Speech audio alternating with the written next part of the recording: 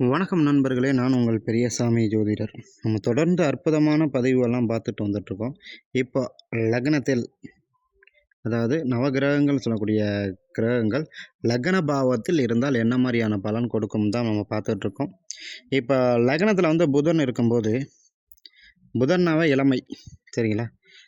அப்படி இருக்கையில அ அவர் கொஞ்சம் இளமை தோற்றமாக இருப்பார். புதன் வந்து இங்கே வந்து திக்பலம் பெறுவார். ஸோ வலு கொஞ்சம் கூடவா இருக்கும். அப்படிங்கும்போது ஜாதகர் ரொம்ப ஆக்டிவாவும், கலகலப்பா இருக்கக்கூடிய ஒரு ஆட்களா இருப்பார்.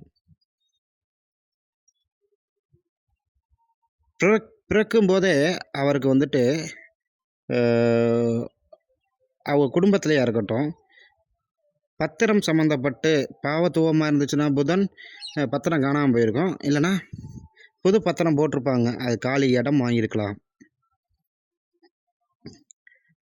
பள்ளிக்கூடம் அருகிலேயோ அப்படி இல்லன்னா, ம் நூலகம் அருகிலேயோ இந்த இவருடைய வீடு இருந்திருக்கும். இல்லன்னா இவர் போய் நூலகத்துக்கும் அதிகம் போறவரா இருப்பார். புஸ்தகங்கள நெறைய படிக்கிறவரா இருப்பார்.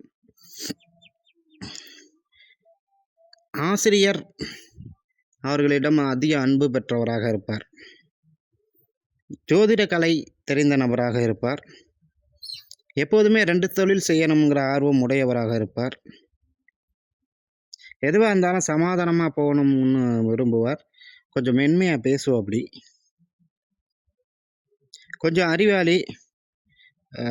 அதாவது ஆன்லைன் கேம்ஸு, அதேபோல் பார்த்தீங்கன்னா, Facebook, Instagram இது போன்ற விஷயங்கள்ல வந்துட்டு ஆர்வம் அதிகமா இருக்கும். Facebookல அதிக ஃபாலோவர்ஸ் வச்சவராக இருப்பார். Instagramல அதிக ஃபாலோவர் வச்சவராக இருப்பார். இப்படி நம்ம சொல்லலாம்.